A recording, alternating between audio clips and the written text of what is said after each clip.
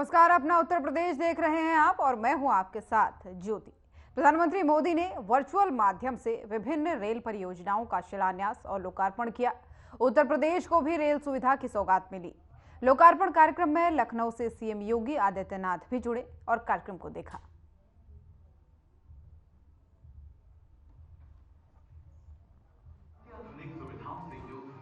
नमस्कार। आज का ये कार्यक्रम नए भारत की नई कार्य संस्कृति का प्रतीक है। आज भारत जो करता है अभूतपूर्व स्पीड से करता है। आज भारत जो करता है अभूतपूर्व स्केल से करता है। आज के भारत ने छोटे छोटे सपने देखना छोड़ दिया है। हम बड़े सपने देखते हैं और उन्हें पूरा करने के लिए दिन रात एक कर देते हैं। यही संकल्प इस विकसित भारत विकसित रेलवे कार्यक्रम में दिख रहा है। मैं इस कार्यक्रम में देश भर से जुड़े सभी साथियों का अभिनंदन करता हूं। हमारे साथ 500 से अधिक रेलवे स्टेशनों और 1,500 से ज्यादा दूसरी जगहों से लाखों लोग जुड़े हैं। अलग अलग राज्यों के माननीय राज्यपाल श्री, माननीय मुख्यमंत्रीगण, केंद्र और राज्य सरकारों के मंत्रीगण, सांसदगण, विधायकगण और स्थानीय जनप्रतिनिधि, प्रबुद्ध नागरिक, पद्म पुरस्कार जिनको सम्मानित मिला है, ऐसे वरिष्ठ महानुभाव, भारत के महत्वपूर्ण जीवन ज्वाली खपाने वाले हमारे स्वतंत्र सेनानी, फ्रीडम फाइटर और हमारी भावी पीढ़ी, युवा साथी भी आज हमारे साथ हैं। आप सभी की उपस्थिति में आज एक साथ रेलवे से जुड़ी 2000 से अधिक परियोजनाओं का शिलान्यास और लोकार्पण हुआ है। अभी तो इस सरकार के तीसरे टर्म की शुरुआत जून महीने से होने वाली है। अभी से जिस स्केल पर काम होना शुरू हो गया है, जिस स्पीड पर काम होना शुरू हो गया है, वो सबको हैरत में डालने वाला है।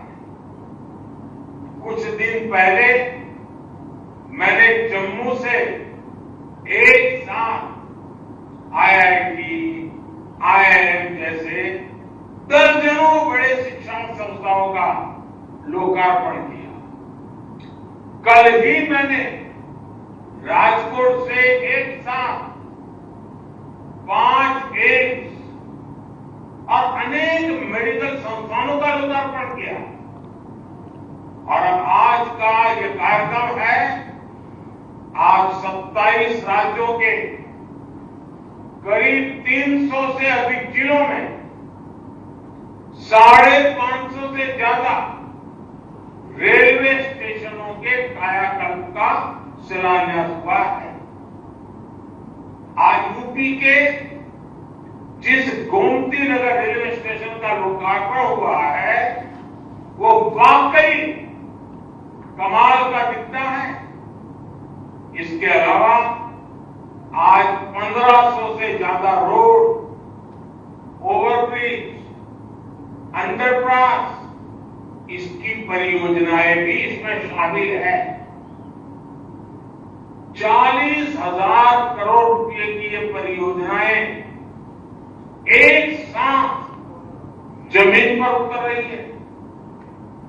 कुछ महीने पहले ही हमने अमृत भारत स्टेशन योजना की शुरुआत की थी।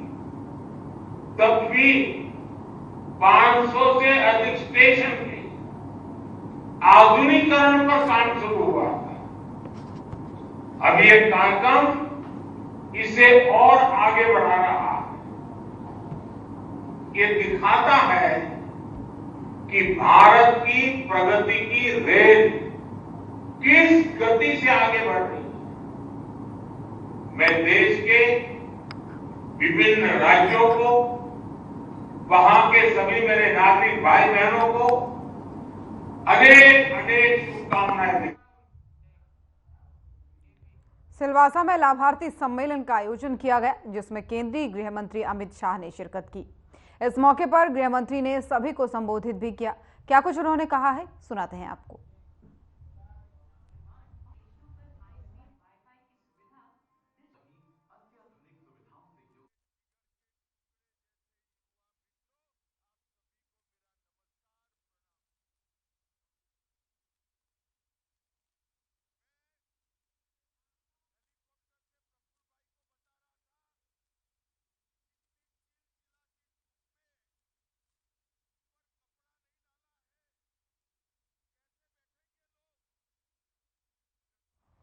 तो सिलवासा से आपको खबर बता रहे हैं, जहां पर गृह मंत्री अमित शाह पहुंचे हैं। यहां पर लाभार्थी सम्मेलन का आयोजन किया गया था और इस सम्मेलन में खुद केंद्रीय गृह मंत्री अमित शाह पहुंचे। आप कार्यक्रम में लोगों की भीड़ देख सकते हैं।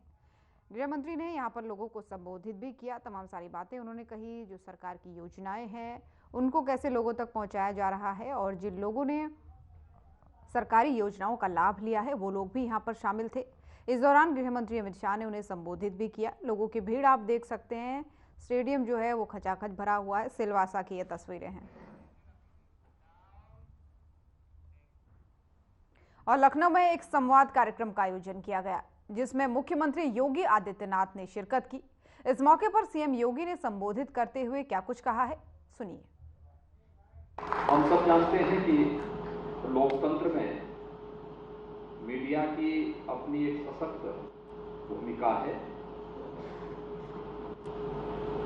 उसके अलग अलग स्वरूप हो सकते हैं।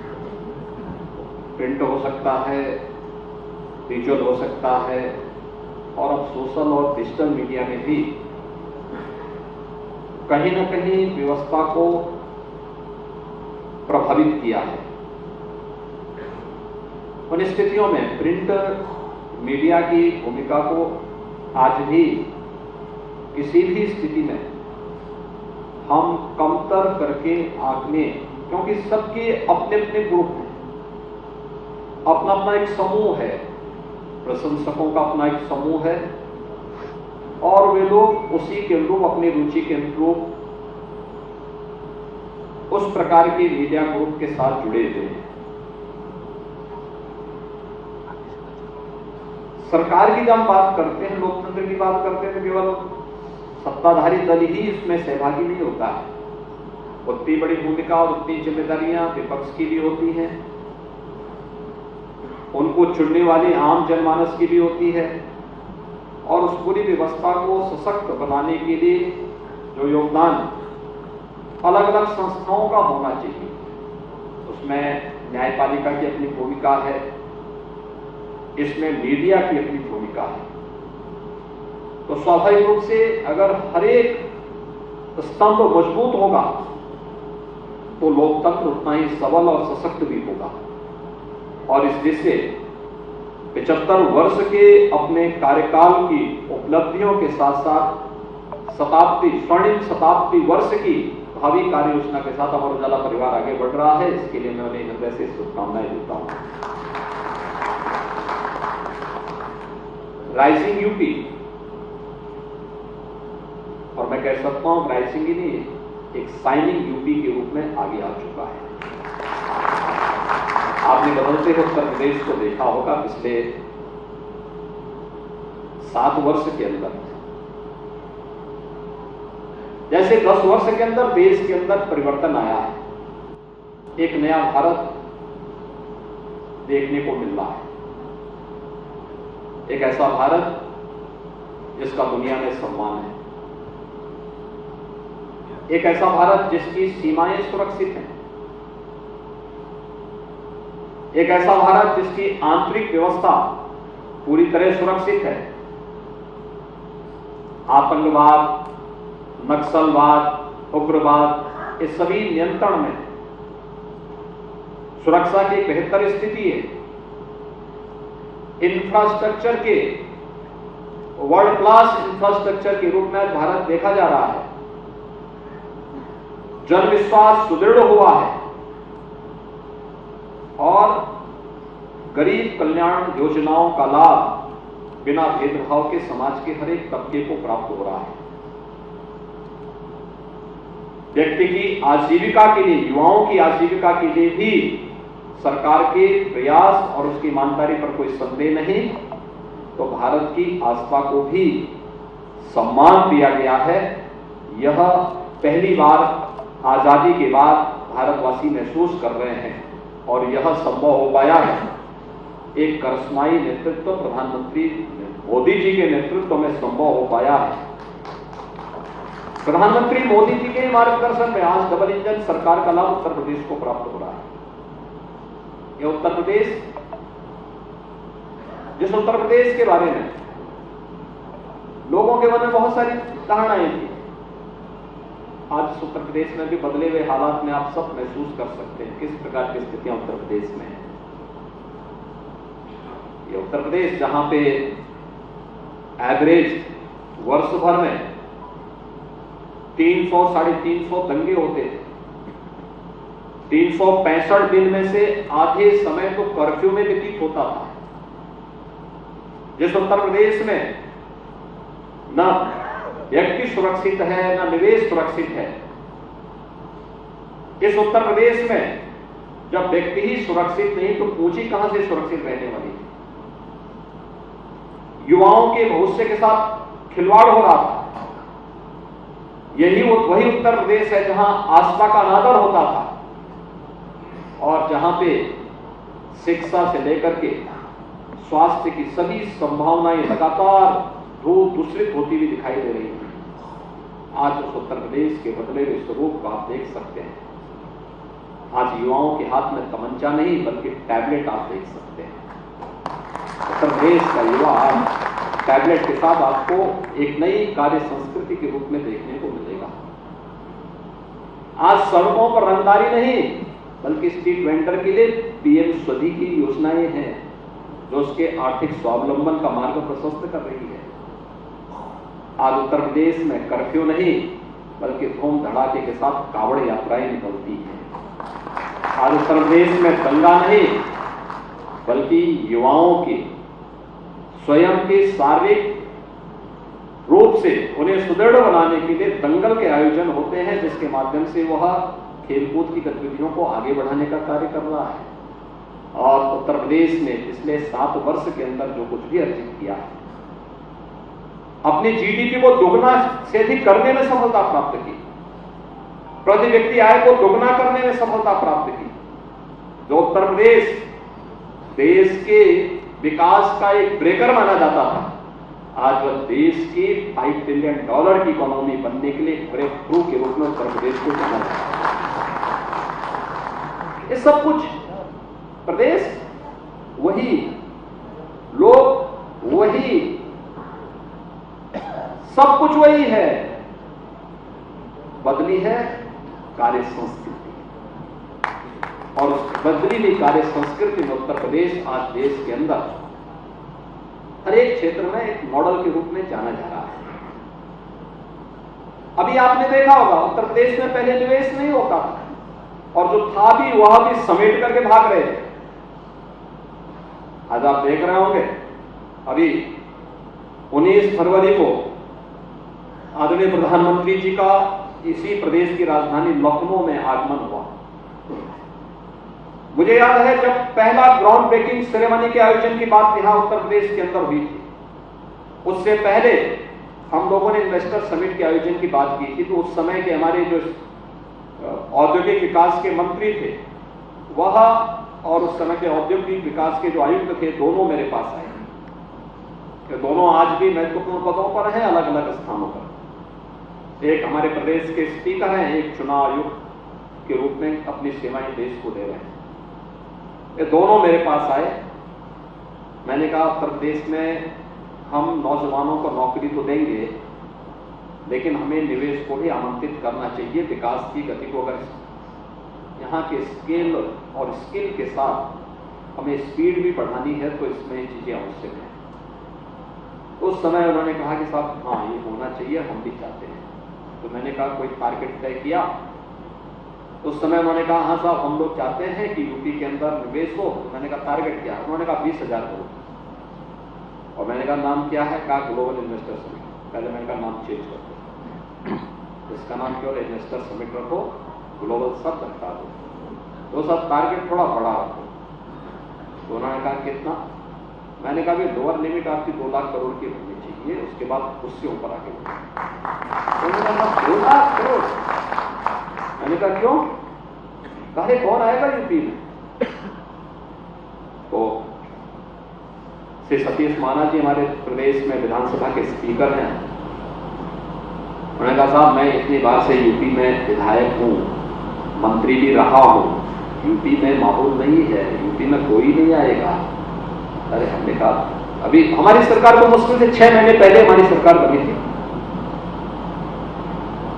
तो मैंने कहा भी मैं भी यूपी में ही रहता हूं, मैं कहीं बाहर से नहीं आता हूं। बस तो 6 महीने के अंदर हमने किया होगा, लोगों की आशा और आकांक्षाएं तो यहीं से आगे बढ़ेंगी। तो उन्होंने कहा कि हम रख तो देते हैं लेकिन हो नहीं पाएगा। मैंने कहा रोड शो की तैयारी करो, मैं भी चलूंगा। और जो आशंका इनकी थी यही देश के उद्यमियों की भी थी। जब मैं मुंबई के रोड शो में गया था, जिस भी उद्यमी से बात करूं तो कहे साहब हम तो तय कर चुके हैं यूपी में नहीं जाएंगे। तो क्यों नहीं जाएंगे? अरे साहब वहां जब व्यक्ति सुरक्षित नहीं तो पूछे कैसे सुरक्षित रहेंगे? मैंने कहा कि अभी भी आपको लगता है क्या ऐसे यूपी में है?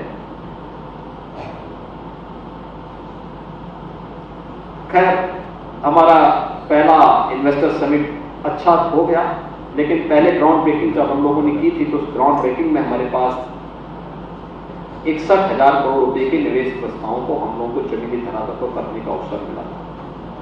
ये जुलाई 2018 की घटना है और पिछले 6 वर्ष के अंदर कितना परिवर्तन आया है। जब 19 फरवरी को हम लोगों ने प्रदेश का चौथा ग्राउंड ब्रेकिंग का सेरेमनी आयोजित किया था, तो इस ग्राउंड ब्रेकिंग में हमारे पास 10,24,000 करोड़ रुपए के निवेश के प्रस्ताव का एक साथ प्रधानमंत्री मोदी जी ने शिलान्यास किया।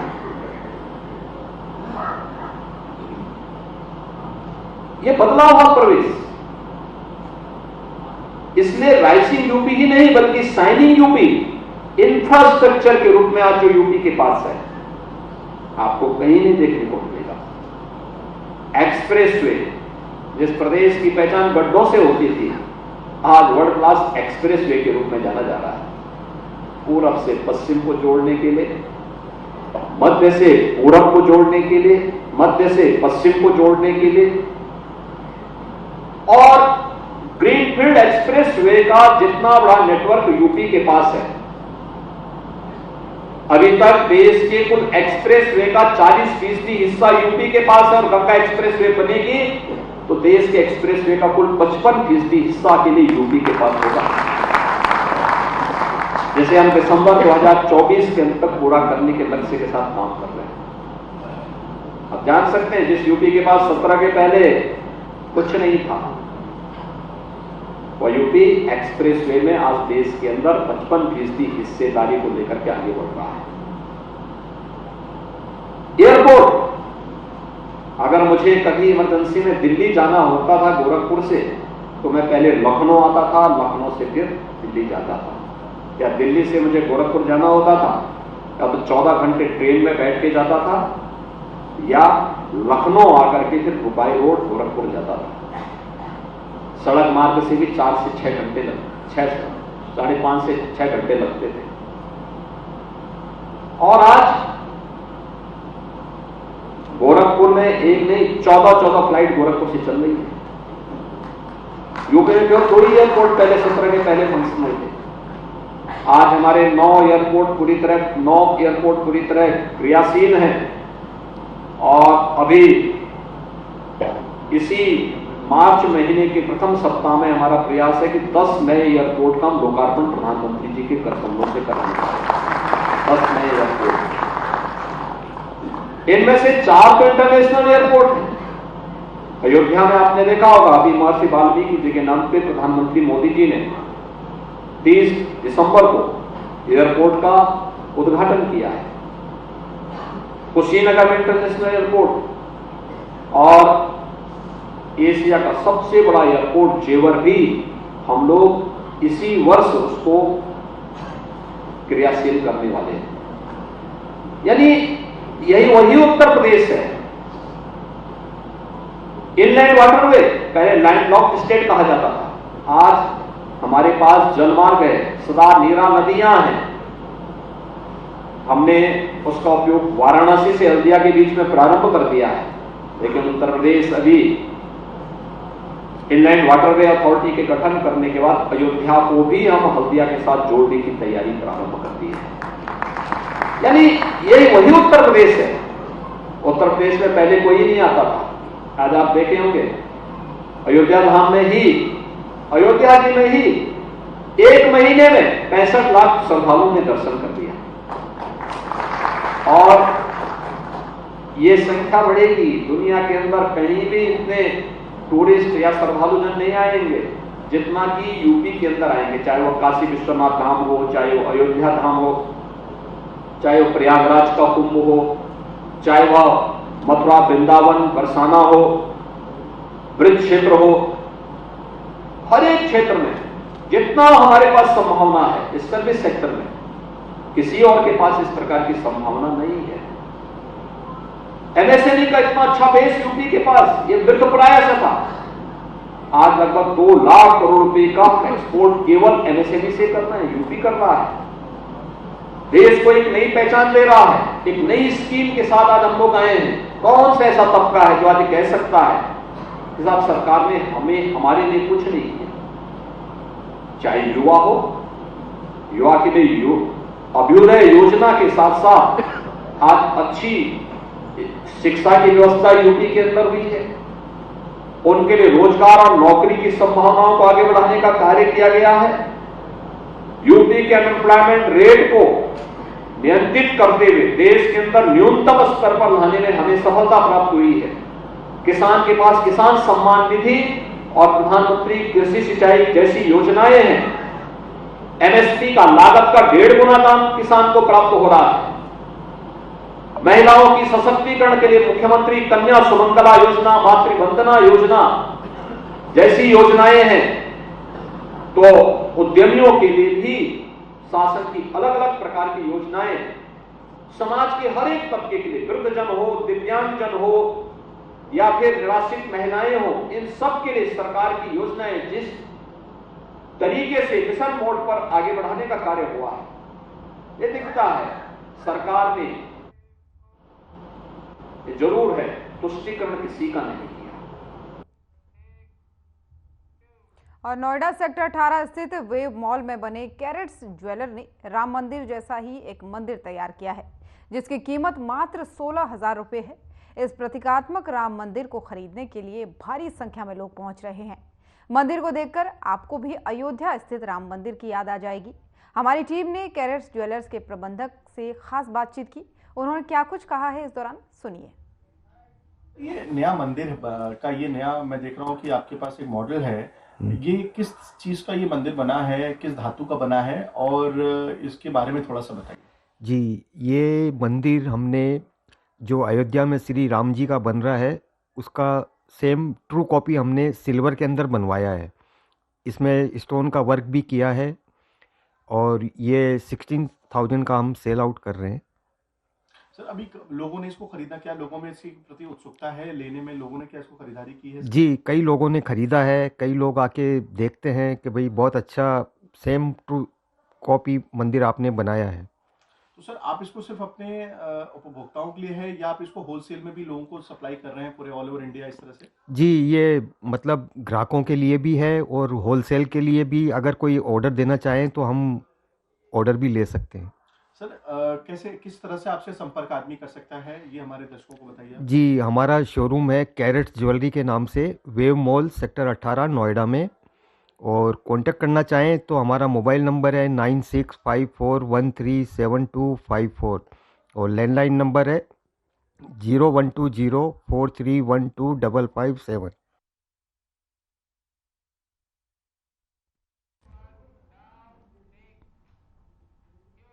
और थाना जेवर क्षेत्र में 24 फरवरी को पीड़िता ने अपने ही रिश्तेदार के खिलाफ दुष्कर्म का मामला दर्ज कराया है। पीड़िता का कहना है कि अभियुक्त विकास पुत्र ज्ञानेंद्र निवासी डेरी स्नेकर थाना बादलपुर उसे अस्पताल से अपनी गाड़ी में बिठाकर घर की ओर जा रहा था।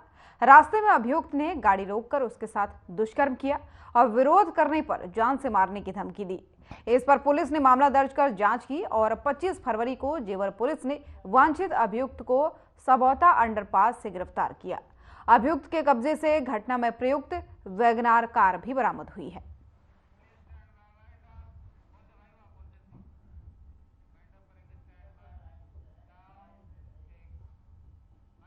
उत्तर प्रदेश की खबरें देख रहे थे आप। बुलेटिन में फिलहाल इतना ही। नमस्कार।